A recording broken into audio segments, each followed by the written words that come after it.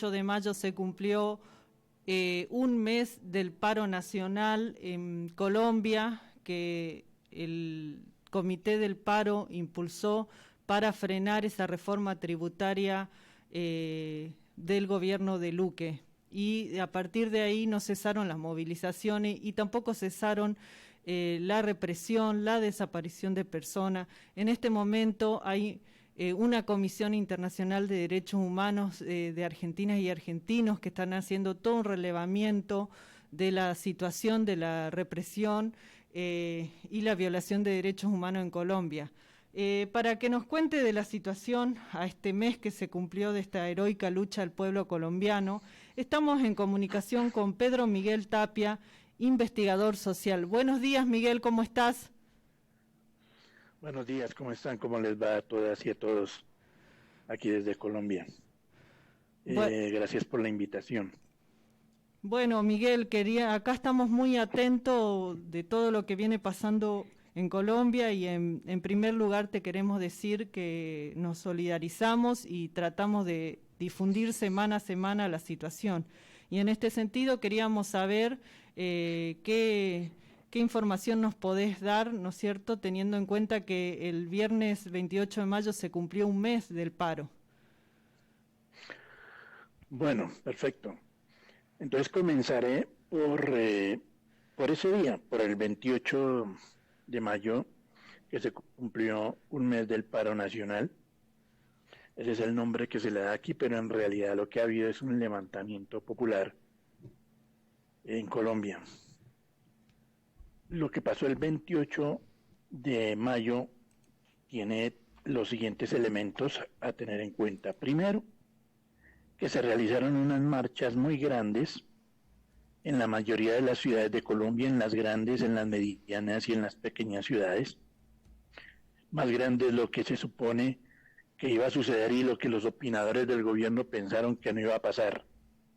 Pero fueron unas marchas que tenían un elemento, digamos, mucho más incrementado de rabia, de indignación del pueblo colombiano, porque el día antes se votó en el Congreso si se le hacía moción de censura o no al ministro de Defensa Diego Molano, después de unos debates muy duros que la oposición le hizo demostrando que la criminalización del país, la militarización del país, la brutalidad policial era responsabilidad directa de ese señor, de Diego Molano, que como le dicen ahora el ministro de la guerra.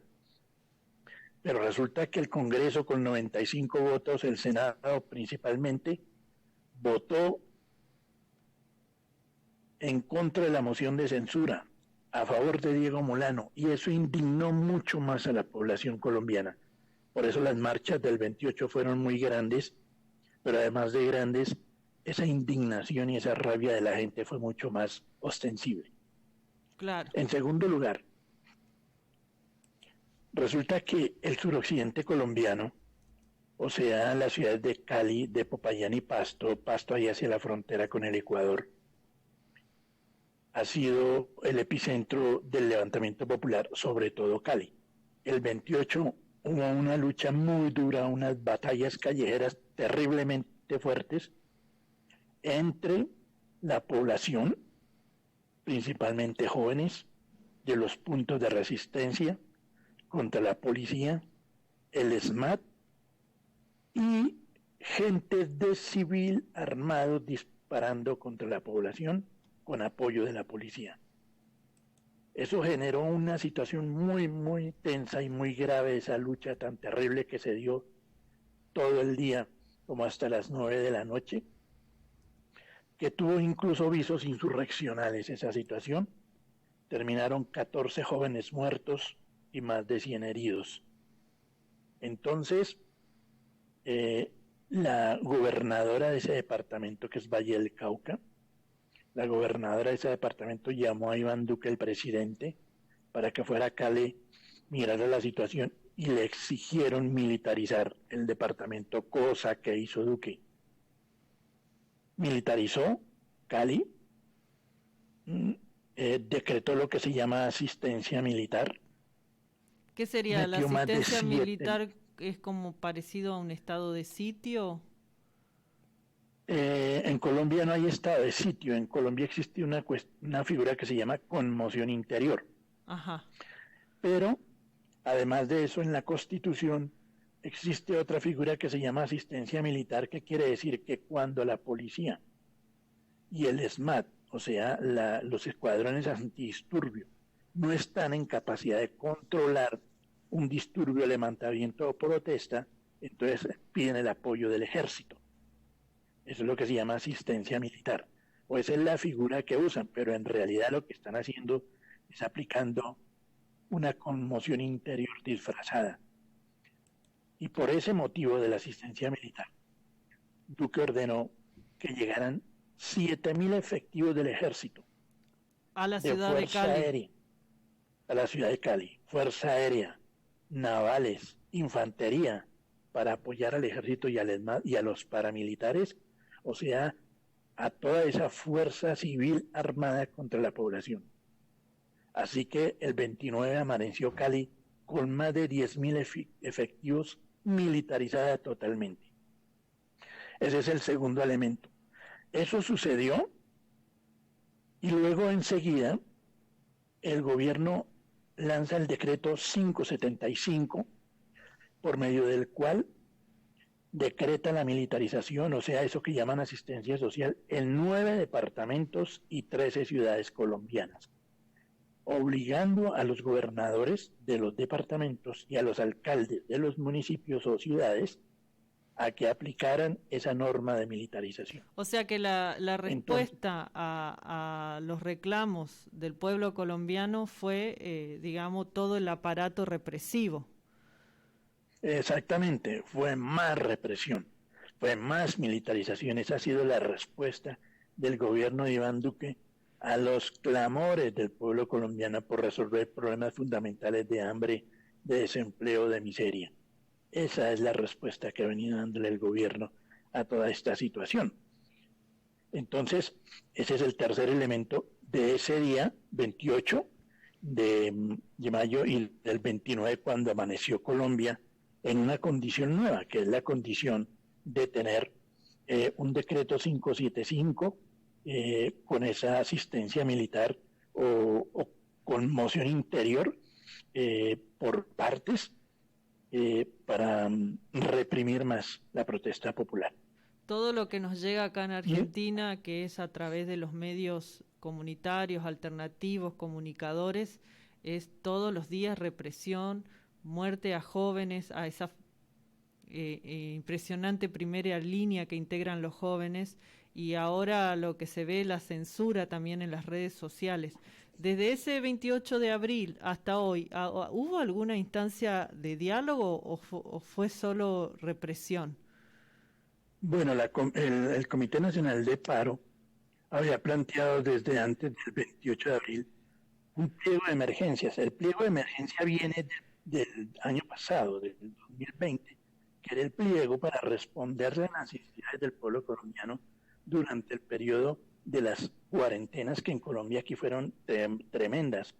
Hubo 3 meses y medio de cuarentena, por ejemplo, más de 100 días encerrados y después cuarentenas de 15 días intermitentes.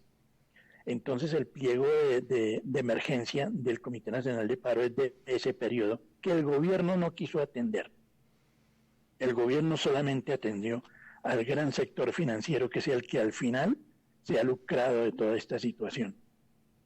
Entonces volvió a meter en este momento, volvió a meter el pliego de emergencia para negociarlo con el gobierno, pero antes de eso habían unas exigencias. ¿Cuáles exigencias? Sacar la policía y el SMAT de las calles, acabar con la militarización, la denuncia por parte del gobierno o la aceptación de parte del gobierno de la brutalidad de la fuerza pública, de la brutalidad de la policía, que tiene que ver con los asesinatos, las torturas, las desapariciones, las violaciones, los heridos oculares, etcétera, que tenía que ver con todo eso. Primero, esas exigencias, que el gobierno aceptara esa brutalidad policial y le dijera al pueblo colombiano que estaba dispuesto a resolver ese problema. Y si esas exigencias no se cumplían, no había negociación. Eso es lo que ha estado en discusión desde hace 20 días. Y el gobierno no ha querido ningún acuerdo con el Comité Nacional de Paro.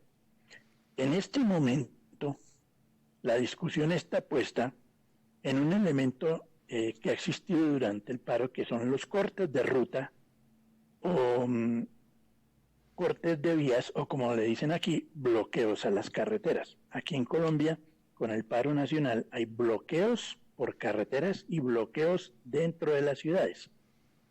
Entonces el gobierno le responde al Comité Nacional de Paro: ustedes condenan los bloqueos por terrorismo, levantan los bloqueos y negociamos. Es decir, la contraparte le exige al Comité Nacional de Paro esa posición, como diciéndole: ustedes nos exigen a nosotros que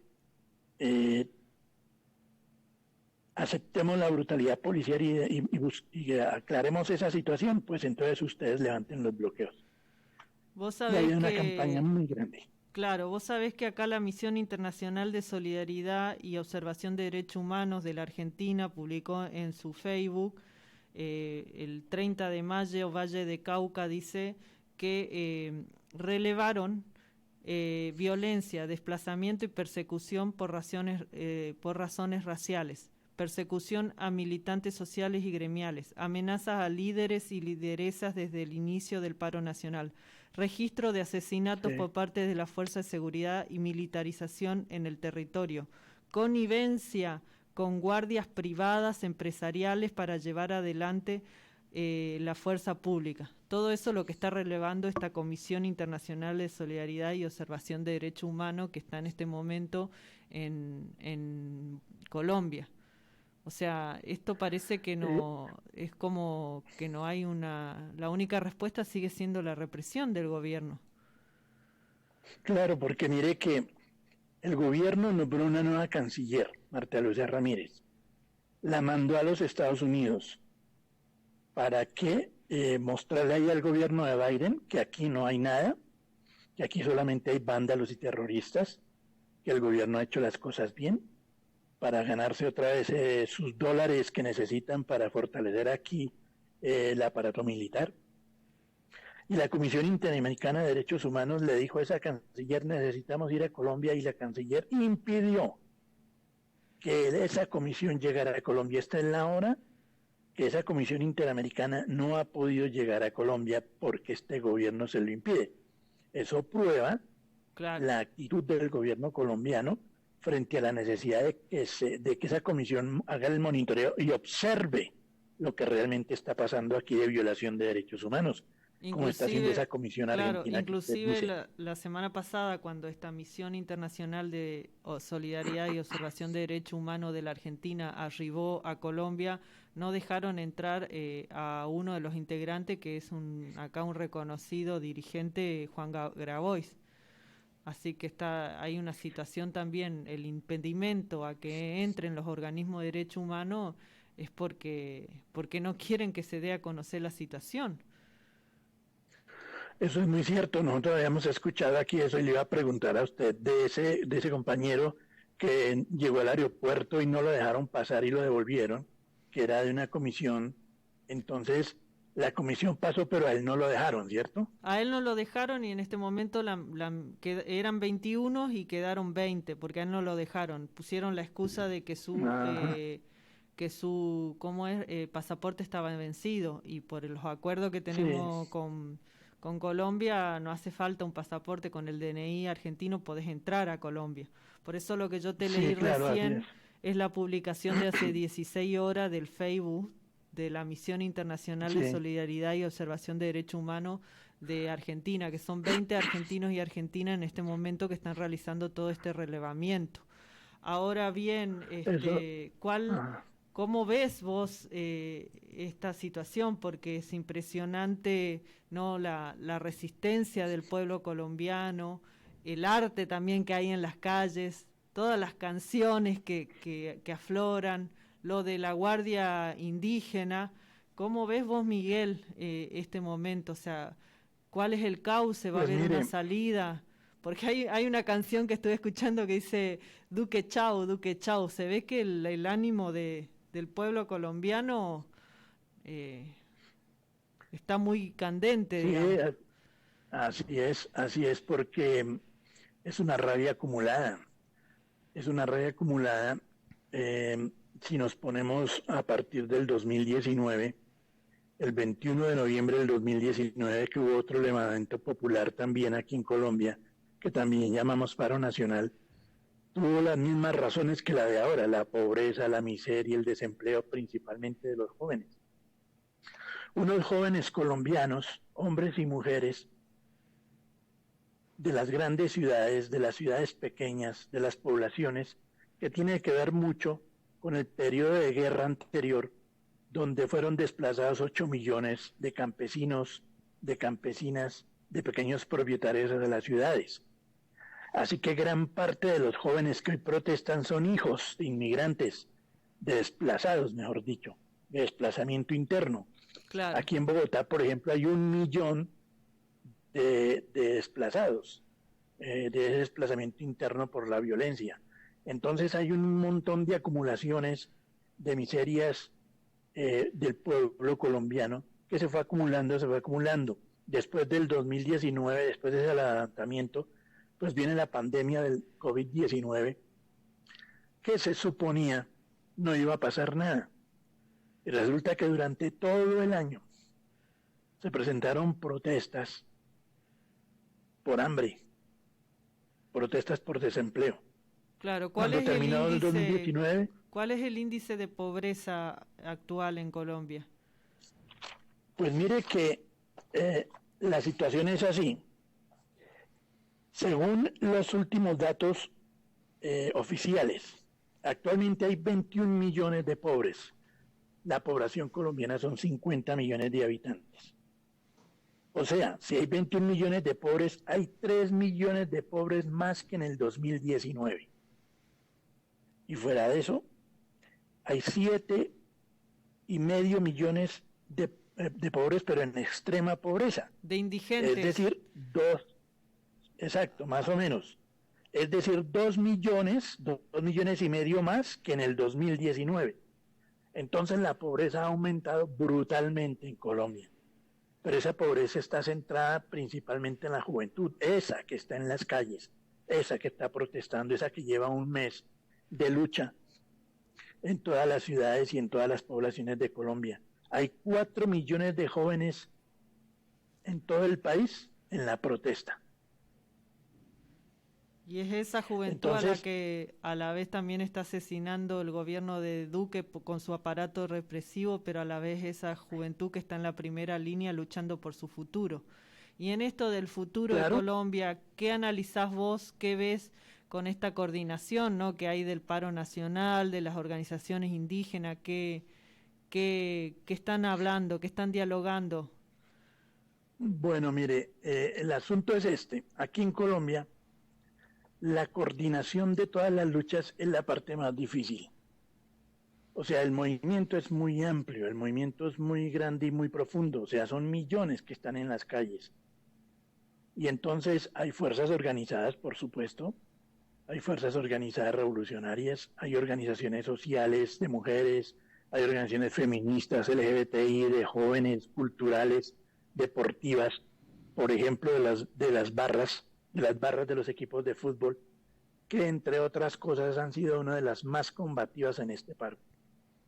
Las barras de los equipos de fútbol aquí en Colombia. Pero la coordinación más o menos ordenada de este proceso no se ha podido lograr hasta ahora. El Comité Nacional de Paro, que agrupa una parte importante del paro nacional, no representa todo el paro nacional. O sea, no representa esos millones que le digo. Hay mucha gente que está por fuera del Comité Nacional de Paro. Hay mucho colectivo, hay mucha organización social que está por fuera del paro. Y la lucha en estos momentos, el debate en estos momentos es lograr esa coordinación. Se está presentando la posibilidad de realizar una Asamblea Nacional Popular, donde se supone se va a intentar unos primeros avances en esa coordinación nacional de todos los factores del paro. Ojalá eso funcione, porque ese ha sido, digamos, el aspecto subjetivo, ha sido el problema principal en este paro, porque está muy disperso. Claro. En este paro tan inmenso está muy disperso.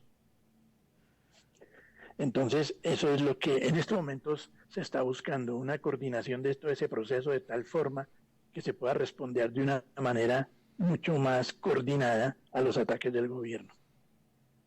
Así es. Bueno, a nosotros nos duele muchísimo lo que está pasando en Colombia. Vemos los videos que nos llegan, que son terribles, los cadáveres que aparecen en el río flotando, los jóvenes agonizando, pero a la vez vemos, ¿no?, la fuerza, la fortaleza del pueblo colombiano, de toda esa juventud que está en la primera línea, y esperamos, ¿no?, que tenga esto un cauce, una salida a favor del pueblo colombiano, que se deje de derramar sangre. Y en este sentido te quería preguntar por último, para hacer el cierre de la nota, Miguel, que si tenés algo para agregar. Mire, que las masas populares colombianas estarán en una condición de este levantamiento popular dispuestas a buscar otra Colombia posible. Colombia ha logrado un nivel de conciencia política muy importante y esa conciencia política tiene que llevar a esa solución. Sabemos que el gobierno quiere incendiar el país para impedir las elecciones del 2022 y específicamente quiere impedir las elecciones para que Gustavo Petro no gane las elecciones, porque es una opción alternativa frente a la situación del país.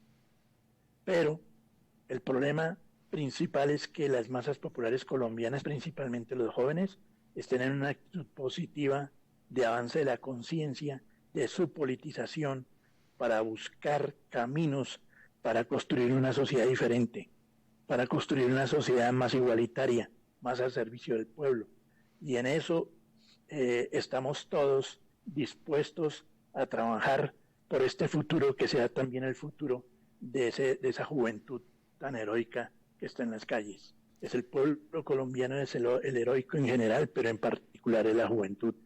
Y por otra parte, pues agradecer todas esas solidaridades internacionales, porque son muy importantes, como también es importante las denuncias internacionales a este régimen criminal. Son dos elementos muy importantes por fuera de nuestro país que van a ayudar muchísimo a fortalecer el paro y a fortalecer las luchas populares de nuestro país. Así es, Miguel. Desde acá también nosotros, desde FM Arraigo, desde el corazón de La Matanza, en la provincia de Buenos Aires, difundimos todo lo que pasa y tenés un micrófono abierto para cuando quieras seguir informándonos sobre la situación del hermano pueblo colombiano, y realmente le mandamos mucha fuerza, toda la solidaridad posible, que principalmente esa solidaridad se expresa acá en la acción de difundir lo que pasa en Colombia. Así que muchas gracias por la comunicación y por tu testimonio, Miguel. Estaremos en contacto. Muchas gracias a usted y a todas y todos los que me escucharon. Que estén muy bien. Bueno, gracias.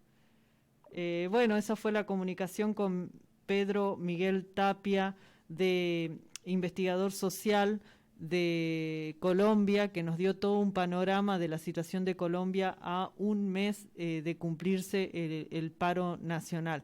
Bueno, nos vamos a un temita musical. Muy buenos días a todos los amables oyentes.